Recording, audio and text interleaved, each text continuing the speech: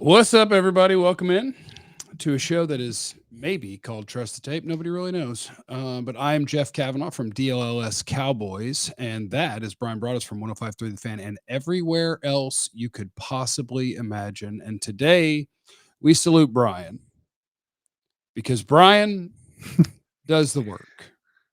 The season's over. CD's done. Yeah. And Bryan's watching tape of the Eagles. Yep. I'll just tell you, the Eagles are good. It's going to be tough. It's going to be Bryan's watching tape. Pretty fair assessment of the Philadelphia Eagles. Going to be a different team with Kenny Pickett at the helm, likely. They don't run the ball, and it's a small sample size, but they don't run the ball as well without Hurts on the field. They've had a little bit of an issue with that. When Pickett's had to play, they just have not been as good. He had to play quite a bit against the Commanders last year. So if you're the Cowboys, there's a little hope there. That threat of Hurts not being on the field, might help you a little bit there. So, and another thing that Kenny Pickett has had problems with is the Commanders blitzed the hell out of him. And it was a struggle for him. And I don't know if Mike Zimmer, I'm sure Mike's watching the tape. He's probably thinking out, okay, I've got to stop Saquon Barkley from, getting 150 yards on me. They've played better run defense the last several weeks. The last time they really, really, really got gashed in the running game, Tampa could have gashed him if the game was kind of in where they could have kept it, where they could have kept running the ball, but they had to throw it to get back in. But Philadelphia was the last time that they really got gashed running the football. And so, and that's a lot of it had to do with, it wasn't so much Barkley, it was what Hurts was able to do. But this is going to be a difficult challenge because what happens is with no CeeDee Lamb. Now, I will say this, with Cooper Rush, the ball, the last, say, weeks 11 through where we are right now, ball going down the field, well, actually not 11, but 14 to 17. Those weeks have been ball going downfield more. When these two teams met last time, ball just didn't go down the field. And that's including with Lamb playing, Tolbert, and all those guys playing. They got smothered in that game. They really, really got smothered. And they might get smothered in this game because this secondary is really, really good. And when you start to talk about the coverage aspects of it, they're going to play a little too deep. They're going to blitz you just a little bit. They're not going to blitz you a whole lot because they really do believe in 4-man pressure. And so that's something that, because they can get it home. And so you got to be really alert, with the 4-man pressure. They're going to play, like I said, they're going to play a lot of nickel, likely, depending on what you do. Dallas has played a lot more 12 personnel the last several weeks. Like in Atlanta, they played 11 personnel at 96% in that game. But every week since, it's gone down and down and down. And the Tampa game last week was the least that they'd played their 11 personnel. So maybe Dallas is thinking about the 12. Maybe they're thinking about trying to run the football. And see if they can, block Zach Bond and Dean and Carter up front and see if they can make some hay that way. But this secondary just will not. I don't think they're going to allow you really anything. Like I said, opponents are completing about 60% of their passes against their 3 corners, and that's going to be a big problem. Shout out to KG in the super chat and to everybody that's already here with us this morning. He says, "Hola, amigos." Hello, KG, and hello everyone else that's already in the chat. Please put your final score in the chat while you're here. 27-16 Philadelphia Eagles, by the way. Sounds reasonable. Eagles still technically have a chance at the 1 seed, so they do have something to play for. They do. And even without Jalen Hurts, Saquon Barkley, I did the math this morning. Saquon Barkley needs to rush for 268 yards in the next 2 weeks to break the single season rushing record. So I think he could go ahead and get 200 of them this week. And then next week, once the Lions beat the Niners, the Eagles' chance at the 1 seed will be over. That's Monday Night Football, right? Monday Night Football. Monday Night Football. I don't know the schedule. I think we got 49ers in Detroit Monday night. Okay, because what the Eagles need is Lions loss, Vikings loss, and then Vikings beat Lions the last week of the season. That would give the Eagles the 1 seed. Yep. So once the Lions beat the Niners, that's over. and then you'll have the Eagles locked into number 2 going into their final week of the season against the Giants in a game that will probably mean nothing to them. But if they can get Saquon close enough, you still run him out there to get his 70 yards or whatever, break the record, and then he can sit down. So I'm looking forward to a Saquon 200-yard rushing night, maybe. Get him within 70. I think that's probably the goal for Philadelphia. Whoop the Cowboys, get Saquon 200 yards. That's what I'm looking forward to. It's probably a pretty good game plan for them. I think they're going to try and get him as close as they can. Break it this week. Let me ask you this, Jeff.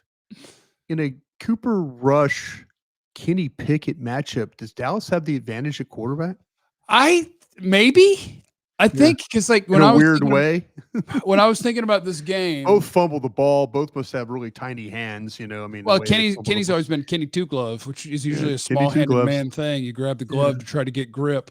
I think I would take Cooper Rush over Kenny Pickett. The problem is you don't have a wide receiver. Look, I've been real mad at the Cowboys lately. I'm trying really to excited. I'm proud of CeeDee Lamb now because he's done playing. I'm proud of the Cowboys, which, by the way, well, CeeDee's still playing because, it's just a pain tolerance thing. It can't get worse. And then I see from Todd Archer, well, they're shutting him down because it got worse. I thought it couldn't get worse. The MRIs got progressively worse. That's what happened. Well, then Cowboys, you as an organization are stupid. He should have never been on the field. We were told that, it's just pain. He can't hurt it anymore. And now it's like, he hurt it some more. Yeah. Idiots. Stop putting CeeDee Lamb out there. Yeah. Bunch of jerks. Well, they did. The MRIs were getting progressively worse, especially after the Tampa game. Then it was like, okay, we can't continue to do this. The kid wants to play. There's no question about that. I mean, he's one of these guys he's got the samurai mentality, man. He's just going to go down fighting. And but once they did this last MRI, then it was pretty clear. What are they looking at? There's a picture. Did I see somebody say there was a picture? No, I'm just showing my sword to everybody. Oh, the samurai sword. Oh, somebody thought at first glance that picture, I guess, was in my room, and that I just had a picture of you in my room. That'd be awesome. I'll have to get you one for your back area there. Yeah, thanks, Brian. I'd love that.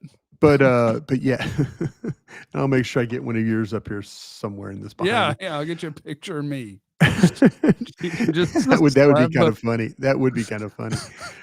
Just like a big picture of you like doing fireball shots would be hilarious behind me. I'm retired. I'm retired from Fireball. Yeah, sure you are. I bet you there's some in their fridge right now. There's some in the freezer. But to your point, of course there is. To your point, when you look at Eagles Cowboys, I feel really good about it as a guy who wants the Cowboys to lose because obviously season's over.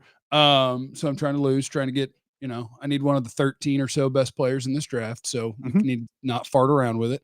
Yeah. And I feel good about the Eagles' ability to beat the Cowboys because when you just go man for man, I think they're better at probably, 18 of 22 spots, give or take. Good matchup inside though, because you have, with Carter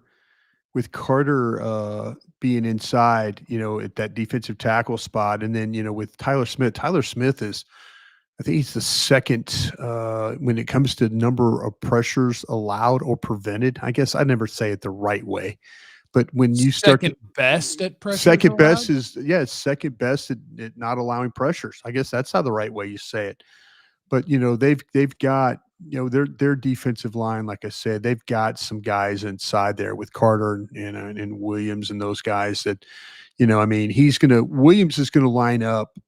Oh, he's going to line up about 79, 80% of the time over Tyler Smith, and his pressure rate. I was just looking this up. His pressure rate was about 13%, and that's the second highest defensive tackles in the NFL. All right. So they're one of their best. Everybody thinks that Carter is their best pressure player when it comes to their tackles. It's actually Williams, the other tackle, is the one, but he's going to be lined up over Tyler Smith. Let's see if they flip him over the other side and let him rush against Brock Hoffman in this game. But the deal with the inside guys here is going to be difficult for the Cowboys.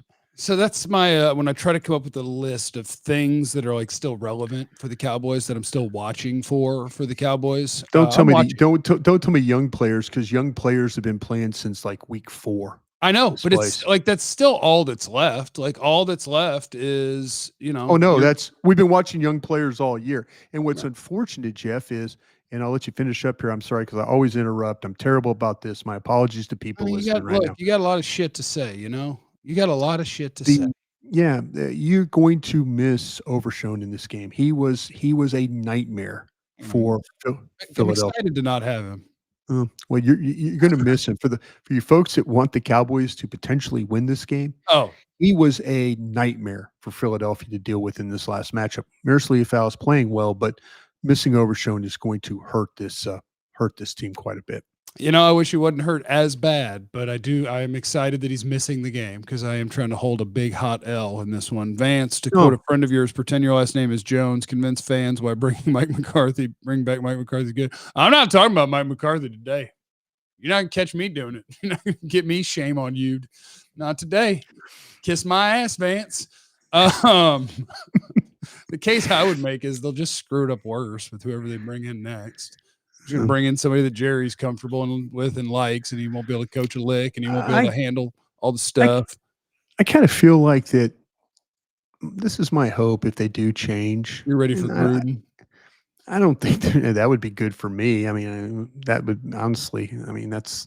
Um, but to me, I just hope it's an extensive search. Please don't be over dinner in a Johnny Walker blue, and then 2 days later you have a coach. Unless maybe they've been back channeling some of this stuff. Maybe they've been back channeling the stuff with Vrabel and others, and But I would sure like to know, like if we all talk about Mike Vrabel. I'd sure like to know his staff. Tell me who all you got coming this way if that's the case. And I'm going to make a determination of like, okay, is that staff better than what's currently here on the board? That would be my determination right there. But um, yeah, I don't know. I'm kind of torn about this. I do feel like that he's going to bring this guy back, but I think Mike would want to come back for the reason, I think he said it the other day. He worries about his assistants. He worries about those guys. So Well, you should worry about him because I'm going to fire your assistants, Mike. well, You that's what I'm should be saying. worried. Mike has money in the bank. A lot of these assistants don't. And I think that's very, very, very telling that Mike is very much hey man, these guys, that Mike came in here with a bunch of buddies that he thought were going to be able to coach, and he had to change them all out. Jerry Jones got rid of some guys along the way. He got rid of some guys that that he had with him in Green Bay, and he just moved on. He wouldn't pay Joe Philbin, the line coach, moved on from him. So, does Mike feel any loyalty towards Jerry and this job and stuff? Yeah, in a way, maybe not himself, but he feels loyalty to stay after it, try and get a job or keep the job, so his assistants will have a place to maybe hang their hats for a couple of years. You know, Just find me the guy that is going to do the best job of coaching Dak Prescott and the Dallas Cowboys offense for the next 2 or 3 years. That's all I care about. The rest of no, it will work that itself should be out. your first question. Whoever you're interviewing, you should be, how do you help Dak Prescott? That should be your very first question if you're Jerry and Stephen Jones. How do you help Dak Prescott? Please tell me how you do that. And, here we go. The one thing that, and I have not looked this up. So this is Jeff speaking directly out of his butt. But this is something that I thought of watching Cooper Rush play decent football the last 2 weeks Mhm. is I feel like Dak isn't under center all that much. And as soon as they get Cooper Rush in the game, you're running the ball from under center and they're running it Mhm. better from there. It feels Mhm. like, haven't looked that up.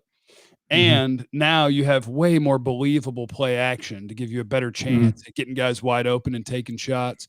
And so Mhm. this is me where the facts might not back it up in any way, shape, or form. Just telling you, get Dak back under center. Let's make people believe you'll run the ball. let's give you a better chance to run the ball. And let's get some good play action going. And by the way, Brian and I'll find you a second wide receiver, and then we'll Absolutely. cook. And then Yeah. we'll cook. And I have no idea if the facts back that up. That's just a feeling while I was watching. I was like, does Dak go under center often anymore? Because I sure feel like they're getting great play action looks. Yeah. Wonder how comfortable Dak is playing under center. See, I'd be a bad coach because I'd be like, I don't care. I'd be like, how you get comfortable, buddy? Get your ass under there. I think there was a time initially where Dak turns his back to the defense wasn't a good thing. Aaron Rodgers hates that. To this day, he doesn't want to do it. I mean, there's quarterbacks that are just like, no, I don't. I lose the picture. Now, this team with Jalen Hurts in there, they will kill you with play action. I mean, seriously, Jalen Hurts is like a 78% passer out of play action. They will kill you in play action. He's likely not going to play, so you don't have to worry about that. Well, I mean, if you fake it to a great running back behind a great offensive line and you have great wide receivers, they're probably going to get open. Yeah. That's the thing about it is that that's something. But I think maybe that Dak wants to keep his eyes on the field while he's playing. And maybe if McCarthy were to get let go, I'd love to sit down and talk with him, which I'll never get to do. But I'd love to sit down and talk with him and really have him analyze the things that he was very positive about what Dak could do and very negative that Dak couldn't do. I'd love to know that, where it's like, listen, I couldn't trust this guy to do this. I could trust him to do this. I could trust him to do this. But if you ask him to do this, you were probably going to have a problem, So I would love to, I'd love to kind of figure all that out, because I think he doesn't, maybe Dak, like I say, maybe Dak doesn't want to turn his back to the defense and try and find everybody again. And a lot of guys in play action don't want to do that. Smash the thumbs up button if you're here, please. Please hit the like button and make sure that you're subscribed. These things are good for the algorithm. Are you ready for my least favorite question of today's show? Go ahead. Does Mingo get a reception? Lighting fourth round picks on fire is going to make me really mad at some point. Yeah. I mean, wait till day 3. Wait till day 3 and they don't have that fourth round pick. I'm going to lose my damn mind. Here's what they're going to tell us. Here's what they're going to sell us on, because I've already heard it. If Mingo had a 70 number on, I think it would be a very good trade. Okay. But here's what I've already heard whispered from none of your damn business. Is that Mingo has acknowledged in the locker room, like, yeah, it takes time to get like comfortable with, how the offense works, blah, blah, blah, blah, blah, blah. How many guys get traded and play a bunch of snaps within 2 weeks? Like, I'm not okay with, you've been here over a month. I'm not okay with being sold that, you got to kind of figure out we'll figure it out over the off season. No, negative. As Baker Mayfield got traded on a Saturday and played a game on Thursday and won it for the Rams that one time. Yeah. So my answer with what's happening with Mingo is he can't play. Carolina knew it. That's why he was working his way out of the lineup. And you traded for a guy who can't play. I'll say this. I don't think Mingo's had a good pass thrown this direction since Ole Miss. That's fair. In Ole Miss, they were all screens or I don't think he is. I don't think they have thrown I don't think that poor kid has caught a good pass since or had a good ball thrown to him since Ole Miss. It's been that long. But I mean, they've gotten to the point now where you watch and they're giving guys a chance based on who it is and what they're doing with them. And like my big Mike is doing his thing right now. And like Mingo can't get any of this action. We can't see what he's supposed to be or what you hope. I never know, man. He might be cold, rainy afternoon in Philadelphia. You never know, man. Might come alive on the grass. Just making the second running back, he can block, man. My dude can block. I was making fun of put a 70 number on it. It looks like a good trade if you put that 70 number on him. Well, he would still only be 220 pounds or whatever. Brian. See, this is where I'd like to, Carl Whittington, and thank you very much for joining us. Maybe we could trade a few of those fifths for fourths. See, this is the problem. You're giving up more picks to try and get back in the round. You're giving up draft capital, which you absolutely positively need. Fifth round picks, they are valuable. They're very valuable. So, you're giving up. You could have just kept your 4th-round pick and been just fine. But see, this is it. When you start to talk about now, maybe you trade back, there you pick up, but people just aren't. You're not going to be in as good as position in that 4th round unless you give up something really, really valuable to get up in that round. And you were sitting in a pretty good spot to start day 3.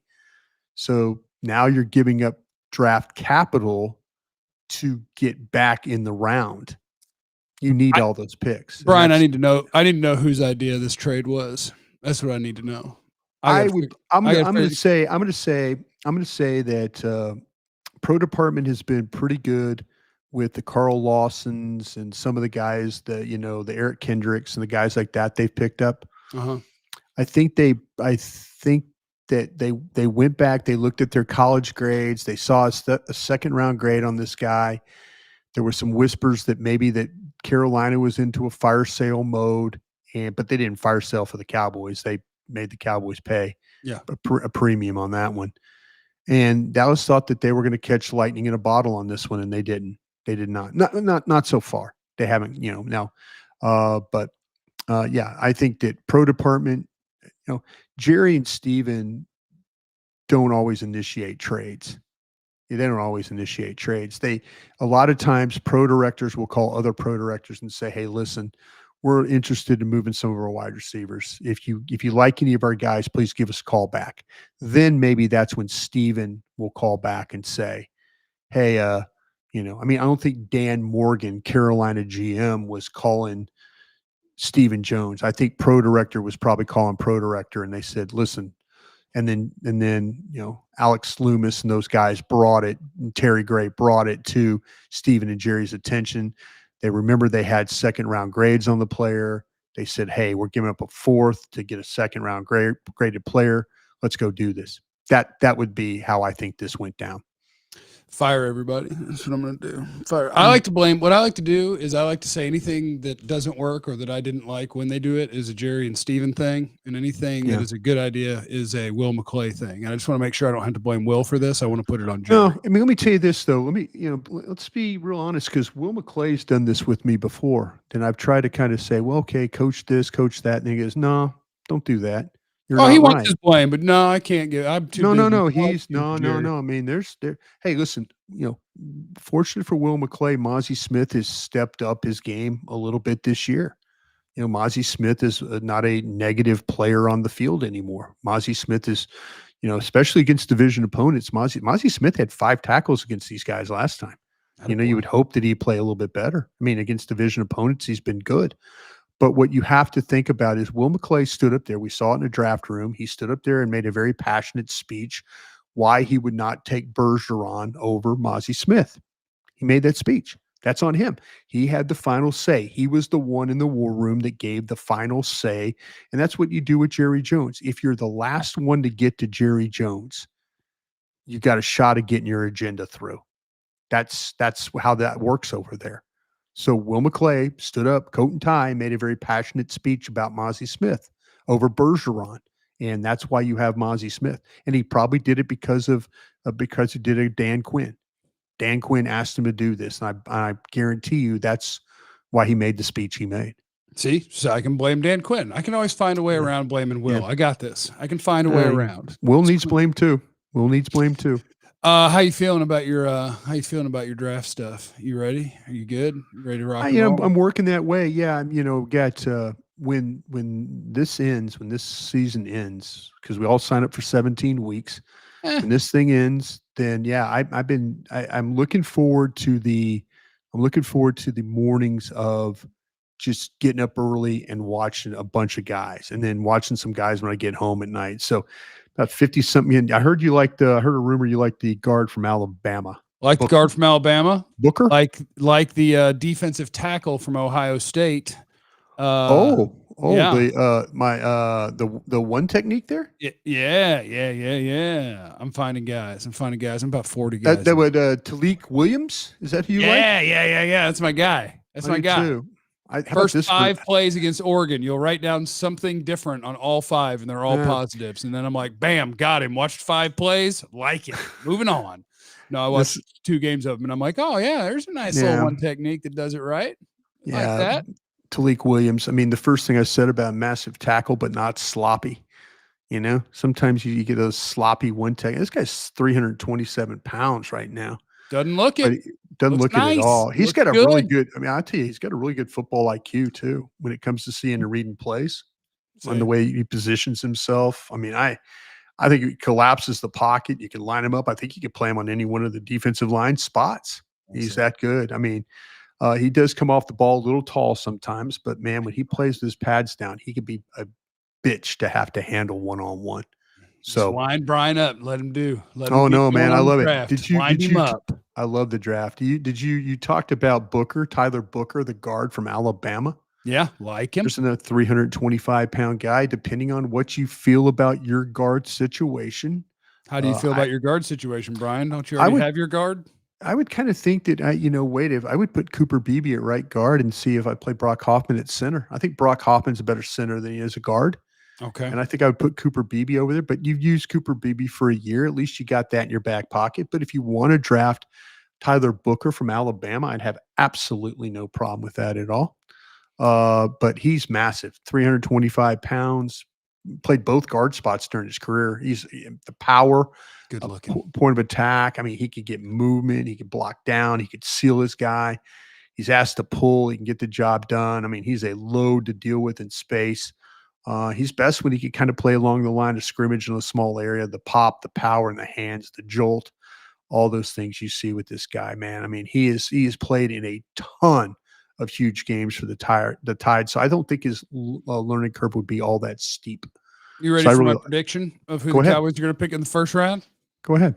Because I've got it sorted out to where when you look at how other people see these players. They're going to take your Ohio State wide receiver. They're going to take the Missouri wide receiver. Which one? Neither one. They're going to take one of those Texas A&M edge guys. Oh, because please, those are the two guys that everyone has as a first-round top 20 player. And I'm just like, I have no idea what I'm looking at with these two. No idea. No. See, when I was watching A&M and they were talking about defensive line, I was thinking about the 255 guys. 248. No, their edge guys are 285. They're like big 5. They're like big 3-4 end 5 techniques. Head up 5 techniques. I would be really, really disheartened. The kids are good players, but they are not 13th overall worthy of getting picked. We ain't picking 13th, Bryan. We're gonna be 15th or 16th. But that's okay. Because as long as 2 quarterbacks go, I think I've got a nice tier section. The problem is that I see everybody else's rankings that have one of the A&M kids kind of in that grouping, and I'm like, when there's one guy that I always am like, I mean, Scouten, Stewart. No, neither one. Please let somebody else be a hero. I don't want. I mean, and I'll trust me if I'm wrong. I mean, I don't. I think that to me when I just can't give myself to do that. So I don't know. No, we got better options than that. See, it's funny. I'm looking at here this. Big is that Big Sarge 31? Yeah. My first draft dream is McMillan, then Hampton, then Genty, then Ibuka. Okay, let me give you the odds on this one. You're not going to get McMillan. No. You're going to have a shot at Hampton. Oh, for sure. I mean, in the second round. Oh, that would be great. I would do that. Yeah. I think Ibuka is a sneaky pick for the Cowboys at 13 or 14. I think that's a sneaky one. I think it's going to come down. Ibuka is probably a cleaner player from Ohio State, more of a cleaner player than what your Missouri player is, than Burden is. That's the fun part about the draft, or the weird part, or the hard part, or the reason I'm glad I don't have to make the picks is because you're like Genty. Well, yeah. Everybody wants Genty. I'm not going to play that he's going to be gone. Let me tell you this. Well, okay, Jeff, say you are picking it 15. Yeah. Value there? Yeah, I would take Genty in a heartbeat. And you guys know me. I hate running backs. I would take Genty in a heartbeat at 15. That's probably the second best player in the draft. You're getting at 15. Yeah. And I think that's the game you play. The game you play is I'm a big believer in positional value. And if I have a premium pick in a perfect world, it's a good prospect at a premium position.